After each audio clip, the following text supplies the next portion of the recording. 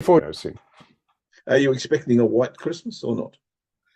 It's unusually warm today. It's random. We usually find that February will get the coldest. So no, at this time, not. It would be a surprise if we had one this year. It's feeling very warm.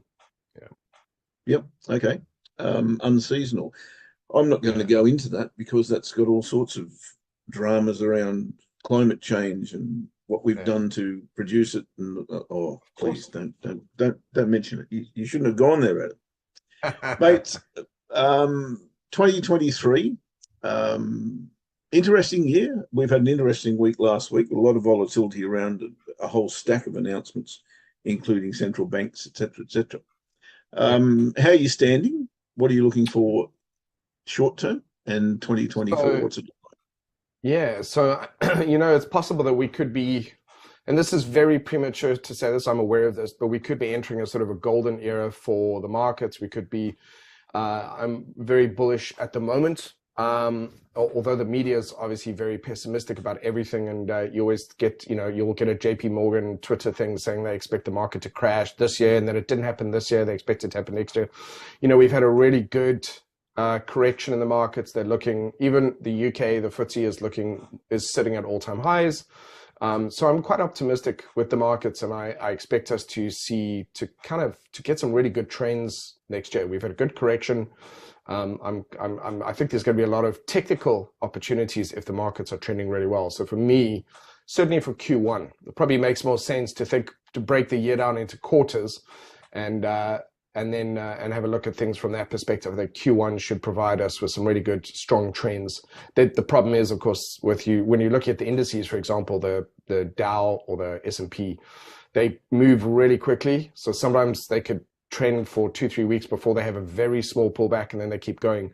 And so I think that makes it really tricky to get in on those trends as good as they are. You have to kind of be looking on the 4 hour is where you get your.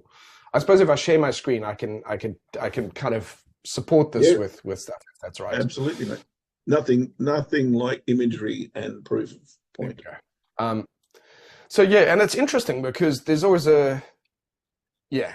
I think for me, one of the biggest breakthroughs as a trader came was that moment when I started to not let what I was reading in the newspapers and hearing on the news influence my thinking with regards to it's a very liberating feeling to not to allow yourself to trust what the charts are doing, and it's a very important step, but it must have taken me a long time to get to that place. So if we just kind of have a look here at if we look here at the Dow, for example, you can see that we're generally trending higher. We look pretty good. We'll have our pullbacks. We're obviously going to have that if we use the moving averages to give us a sense of the distance when price goes away from it. We know that it's a bit overextended and it's due for correction.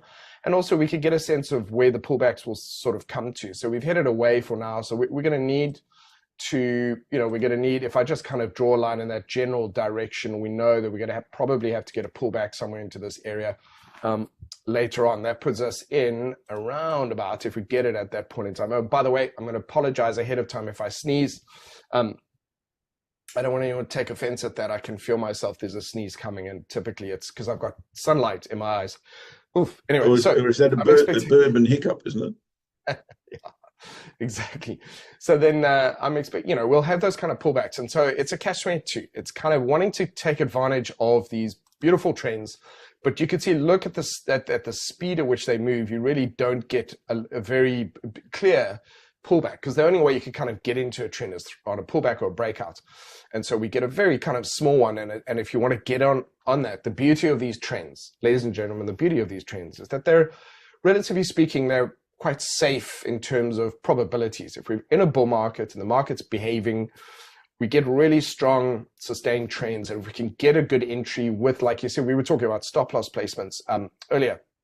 And the thing is, there's often multiple choices for where to put a stop loss. You can kind of put it here, and obviously you could put it here, and you could put it here. And the further away you put it, the problem with that is the further you have to go to really kind of make a nice, decent profit.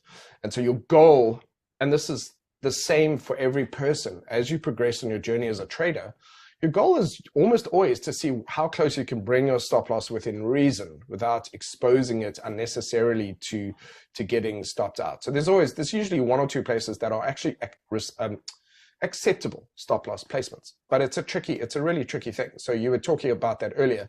It doesn't necessarily mean you're wrong about the direction in which way the market's going to go, but it also means you get a little bit exposed to that kind of volatility. So this is moving quite quickly. The 4-hour becomes, to me, the best one to look for those kind of potential entry opportunities that are closer to the moving averages. And so that's kind of what I'll be focusing on. Most of these markets look really fantastic. I'll be focusing on the ones with the strongest trends, which is the US markets.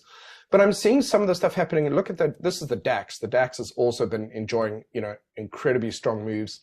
So if we just kind of, this is COVID. So this is kind of, the market doesn't like unexpected stuff, meaning that COVID was a surprise. The market had that reaction.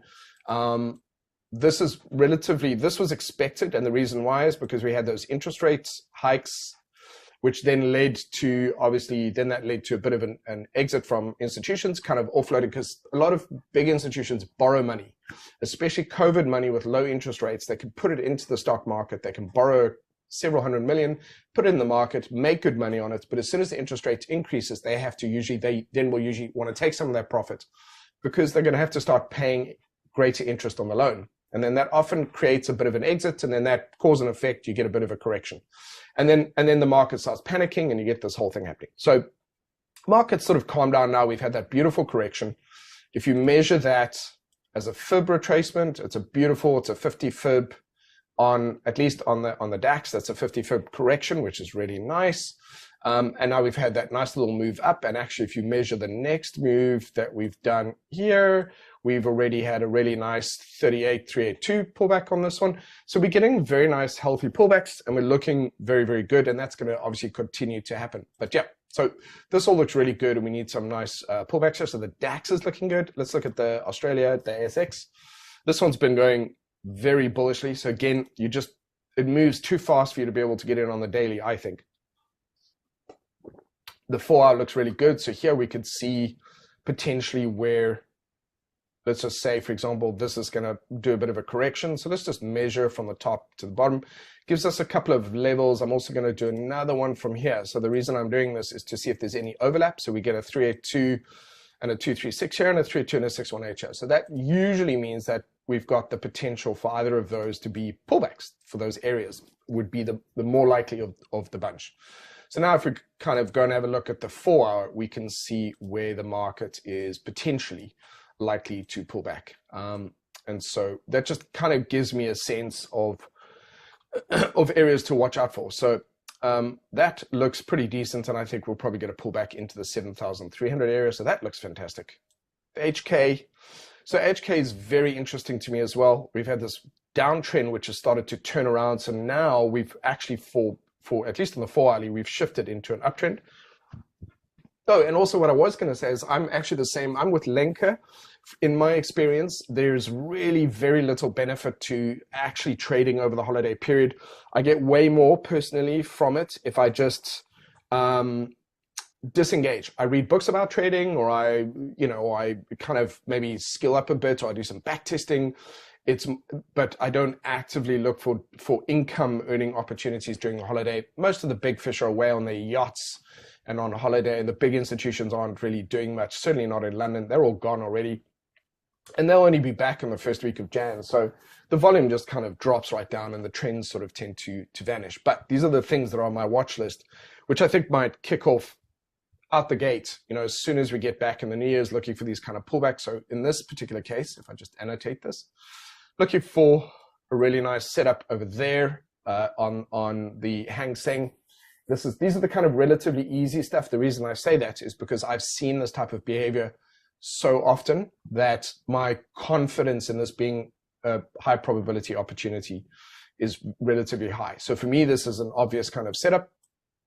Pull back into this area, into the old highs, testing that, and then looking for that to be a nice move up. And it's got that potential to kind of head back over here. So I'm seeing sort of more signs of bullishness in the markets than bearishness, if I'm just on balance looking at that stuff. Okay, so sorry, let me get rid of my drawings there. So that looks really interesting to me. What about the the Nikkei? So the Nikkei is battling a little bit over here as well. It's also coming up to these sort of areas up here, and those signs of correction. So for me, if it's a matter of selection, then I might as well just go with the easiest, the cleanest charts, the ones that look, let's clean up all the objects here. So let's just get rid of all that. The ones that just generally look the smoothest are the ones that I'll really be focusing on. So I think there's some great opportunities there. Gold is obviously of some interest. A lot of people might be have got their eye on gold and are kind of wonder what's happening there. So this is very interesting to me if we kind of just mark off where we are at the moment. So if we look at the overall history here, we're hovering around this area quite a bit. Now, first of all, back here, this is where I was probably about a year or two into my trading career, or my trading sort of, I guess, journey. And at this time, this was a bubble, and there was this just mania about gold and silver, and they were just, in every forum everywhere, everyone was saying, you've got to buy. It was a lot like a crypto bubble. It was a lot like that. This is the next big thing. You've got to do this. People were selling physical gold and silver, and the end of the world is coming. It was like, if you're new to this whole thing, you wouldn't necessarily have known that this kind of stuff we've seen, that the way some people behave today, existed back then. We kind of get these bubbles. And one of the things, if you've never heard of it, you should really look up what's called tulipomania. Tulipomania is a very famous bubble that occurred in the Netherlands over tulip bulbs, and it was called tulipomania. You should have a look at that. It's absolutely fascinating. So anyway, so this was a bubble that kind of formed on gold and silver. And people were convinced it would never, ever come back down. And it actually failed at this level. This is now 2011. It failed at the level. It came right down, broke through this, and came back down and stayed stuck in this area for 6 years below this 1350 level, 1360 level. So the reason I bring that up is because if you ever get it in your mind that there's no way gold or something that can ever can have a bubble and it can ever burst, or something can ever come down, this is a great example that if gold can have a bubble and can burst, it can just fall out of favor with the public. It just is a reminder that it can happen. So it finally managed to break out, and it's now almost immediately sort of tackling these new highs up here. So this overall, it does appear as though we are likely next year to start to work our way through that and head a little bit higher. And it's had a good consolidation. It's had a correction here and a nice consolidation. It's had a nice move up, and it's produced a bullish engulfing candle. So it's a nice break and a retest and a continuation. So I think what's going to be interesting about this is to see the kind of potential for gold over the next year. And if it maintains this sort of channel, we could see that heading up towards, over the next year, we could see it sort of heading up towards 2,300, 2,400, which I think, and again, it has to be calm and it has to be stable. It has to do that. And you can see that actually it really hasn't. It has these kind of moves down and then it moves up, and it's a little bit more erratic. I think once it gets free of this sort of, let's call it this zone where it's been stuck for a while, if we sort of kind of put that whole area there, once it gets free of that, it should start to flow a little bit better. So that's something I'm quite interested in. I think there were some great suggestions by Lenka in terms of on the cross pairs as well. There's some really, really good stuff. So that sorry, I've just been talking. Any questions so far? I can't see any, mate. I think we're all good. Okay. So yeah, I mean, I could keep going because there's lots of other things, but I also don't want to be hogging the microphone. So I think, I was just going to say, I think next year could have some really good opportunities. It pays as a trader to be to try to frame things as opportunities. In other words, psychologically, we should see things, the glass as half full.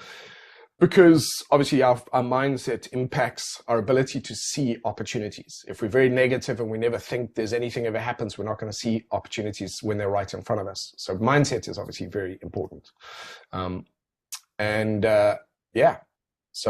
there's, mate, I think we're gathering you're fairly bullish going into 2024, especially the indices. Yeah, very, very. It looks really good. We've had basically. This is why. Let me just kind of present my case to everybody here. If we look at the history of these markets, historically, they tend to go up. So we've got a lot of history here. obviously they go back more than that, but they tend to go up, especially in a very strong economy. The US economy is very strong. The numbers looking very good. And not just that, in comparison to the US economy, that China's economy has shrunk to 60% of the US economy, which means the US economy has now taken the lead again. And we, as I said, we go through the markets and we either have a consolidation, which is this period here. This is an election year. And this next year, this is something we do have to just be aware of. Indeed. 2024 is an election year. So the election years in the US where there's an uncertainty about what the new administration is going to be, because then the new administration will have different fiscal policies, and those policies could change the interest rates and so on and so forth. So all that stuff could kind of change how the market responds to stuff. But right now, as it is, the economy looks really good. And statistically, the incumbents, in other words, the administration that's in place already, statistically, they tend to maintain that for 2 terms. So probabilities are that the existing administration is going to stay for 2 terms. But there's a lot of upheaval going on. There's some real unpredictability going on. And so I believe, and the thing is, the US economy impacts the rest of the world. If the US economy is in trouble, everybody feels it. So we have to be aware that in that 2024, possibly the most significant election on the planet is going to take place. And we need to be aware of that uncertainty and that volatility. So my bullishness aside, I think that is the only thing that could potentially really impact that. And all I wanted to say is, if we look at the charts, we can see that we get the markets have to have these corrections. From a monthly perspective, we need to have that retracement before the market can continue. And what we have had over 2022 and 2023 is a correction and a consolidation and a breakout. So what that should mean is that if history repeats itself, we should be at the beginning of the next bull market, which might be difficult for people to see that now, but 3-4 years from now, they'll look back and realize we're at the beginning of the next bull run, and those bull runs could last for the next 4 years if that's the case. So that's just, if we're just talking about technical patterns that occur in the markets and kind of how they tend to play out. And, that's going back over 100 years or, to 1896 when the Dow index was put together.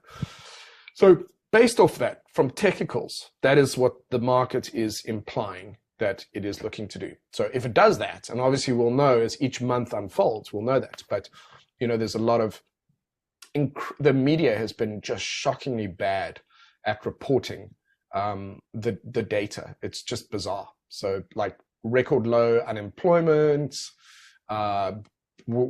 infrastructure building, and those contracts going through. There's just been an investment into businesses, into things. Tax revenue has been increasing, a whole lot of other stuff, which other countries. So the reason I mention all this stuff, which you would think, well, why do we care about that? Is that if that model works, it's going to be copied in the EU and it's going to be copied in the UK, because they kind of follow the lead. Wow, if that's working, then let's start investing in the infrastructure and the middle class and certain areas. And so it starts to, that's what they'll do. And so that's why I bring it up, because so far it looks like that is the way it's kind of going to go. But the one last thing I'll say on this is that the world has become obviously polarized in terms of democracy versus autocracy. And this is in pockets in Europe. You could see, like you've got Hungary and you've got Russia, those parts, and then you've got in various parts of the world where you've kind of got that thing. So those are the kind of things that we would love to not have to worry about. We'd love to just not have to stress about these kind of things. But right now, the world has become very polarized, where you kind of need to be thinking about those types of, you need to be aware that's the stuff that's going on. You just need to be aware of that. So, yeah. Now, Mate, Sleepy Joe versus a criminal. How's that going to play out? Yeah, well, I mean, I know the outcome. I know what's going to happen, but I don't know if everybody wants to necessarily hear it. So it's going to be in 3 words. Go on. It's going to stay the same as it is now. Trump he'll be in jail before the election, which is just I follow a whole lot of lawyers stuff, so I know what's going to happen. He'll be in jail, but. Yeah, and then we could deal with the other problems later. So yeah, it's going to be interesting, but that is going to create some sort of volatility in the markets. But I think once the markets know what's happening, they calm down. It's the surprises that kind of throw them. Like Russia invading Ukraine threw everyone, and then the market just like, okay, and then it just kind of moved on from there. Crazy stuff. Mate, I cannot wait. Election year in US means wonderful Just, entertainment, if nothing else. yeah, life imitates art, doesn't it? Wow. Yeah, absolutely. Mate, thank you so much for the insights, and Merry Christmas. I hope. Are you going to Bali? I am going to Bali. It's my first time, and I'm very, very much looking forward to seeing everyone there. And I think I'm the newest sort of person to join the team, and I'm very glad to be a part of it. It's great. There's such a good crew here, and I'm excited about Bali. I've heard great things. I'm looking forward to it. 18-0 yet, mate. Look forward to catching up there. All right, possibly the hardest worker